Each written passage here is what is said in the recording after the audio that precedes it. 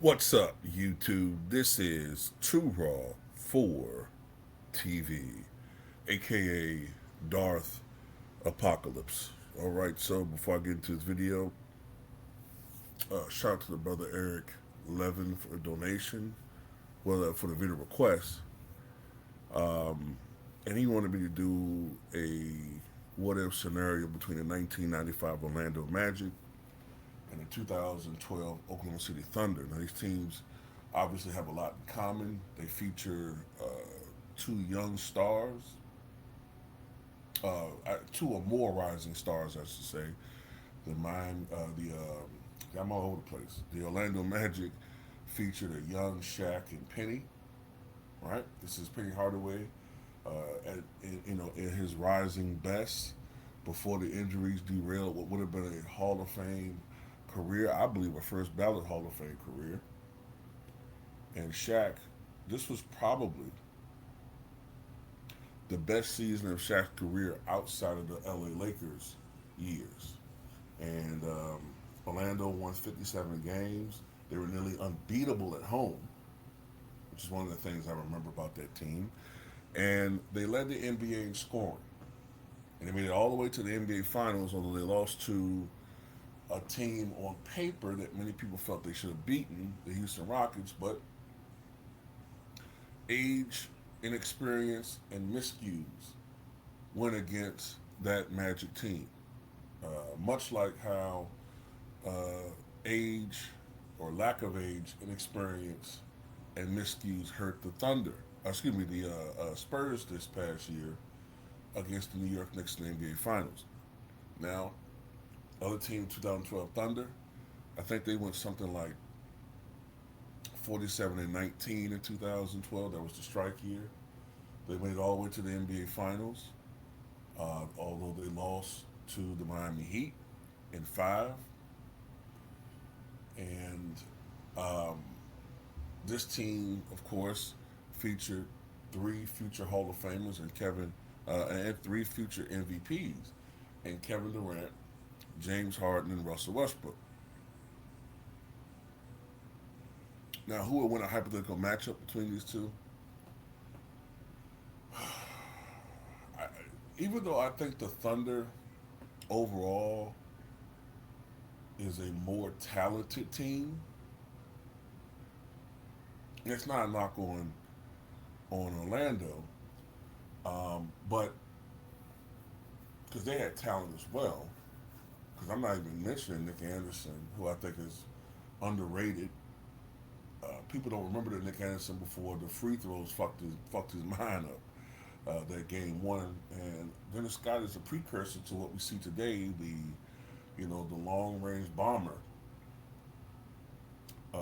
whose main uh, specialty was outside shooting, in particular three pointers. Dennis Scott was the future, and we didn't even see it like that at the time. The next year in 95-96, Dennis Scott hit 267 three-pointers. That would be the single season record for a decade. Um, Even though I think the Thunder have more talent, I think the game changer in a series between these two teams would probably be Shaquille O'Neal.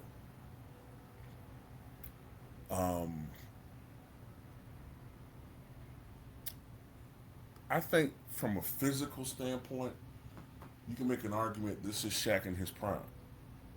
Now, I know people will say Shaq with the Lakers was his prime, but that Shaq gained bulk to deal with the physicality of that position and how much he was getting beaten up.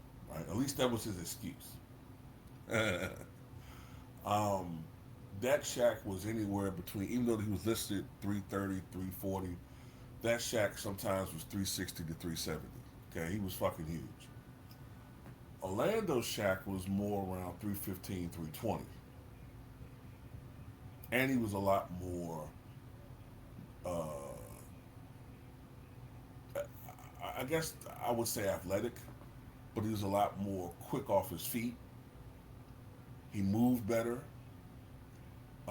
He had more explosiveness as far as like this is the Shaq that can still run for stretches, run the point. We seen Shaq with Orlando sometimes. You know, bring the ball up for a fast break situation as if he was a big ass Magic Johnson. People forget that Shaq was a lot more athletic and could show his and showcase some of his game that we really couldn't see in later parts of his career when he was just primarily a post player. But aside from that, he still was a monstrous specimen, 7 feet one, 315, 320 pounds. Um, I don't think the Thunder has anyone that could really contain him. Um, this is the same Shaq that had strong series against guys like Rick Smits. Uh, he averaged something like 29 points a game on 59% shooting against Akeem Olajuwon in his prime in the '95 finals. Um, I tend to think against the Thunder front court, he's going to kill him. I mean, because their big men were what? Um, Kendrick Perkins and Nick Collison. Yeah, I don't think that they're. I think Shaq's averaging 30 something a game on 60+% shooting against that team. It's going to put them in foul trouble. It doesn't matter if you apply the Hacker Shack because the downside about Hacker Shack, the upside is you hope that he misses. The downside is that if you overdo it, even if he's shooting just 50% from the line, he's still getting the team a point of possession, and he's starting to gradually get your team into foul trouble and putting you over the limit, so that anytime your team commits a foul after a certain point, now you're sending everybody to the foul line, and you're putting your team in the penalty prematurely, which helps Orlando. So I look at that aspect of it. Now, one thing they could do, the Thunder, is they could try to play small ball because we know one of the weaknesses of Shaq, the Utah Jazz used to definitely exploit this. Shaq had issues with the pick and roll, and I could see a pick and roll involving, Russell Westbrook, or by extension, come off the bench, James Harden, and somebody like Ibaka, who was pretty athletic and a shot blocker himself, right at that point in time. Um, I could see them playing small ball. You put Ibaka at the five, a lot more mobile. I could see that giving Shaq some problems. Even that younger, more mobile version. But I still think that Shaq's the X factor here. Um, I think Shaq's the X factor. And, I think the other stars are going. And plus, look, man, Kevin Durant, Russell Westbrook, I love them to death. But, Russ is going to have at least a couple of those 4 for 17, 6 turnover games. He's just going to have it. KD's going to have one of his customary, when you really press him, he's going to have one of them back then, 11 for 29 games. Remember, that version of Kevin Durant was a little bit more willing to take shots. As Kevin Durant progressed, he became very concerned about his field goal percentage. That's one of the reasons why he's been able to shoot 50% from the field. Some of it is, yeah, he's a great shooter, but another thing about it is that he's not willing to get out of his comfort zone. KD's want to go out there and play his game. He don't want to be Superman. He don't want to be all that. He just want to go out there and get his points and keep it moving.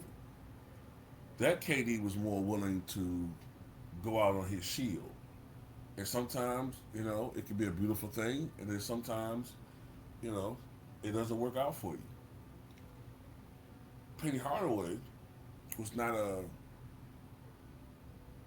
he could score, obviously.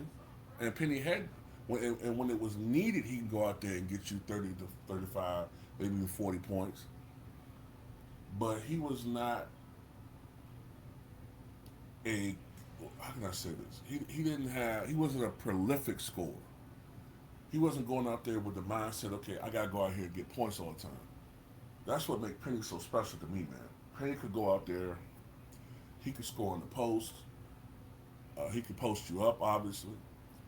He could score from posting up, or he could pick you apart with his playmaking, posting you up, face up and score. He was dangerous in transition. He could dunk on you. He had the mid range. Earlier on, he didn't have the three ball, but he was working on that. He was a good free throw shooter. He was a pretty decent average defender.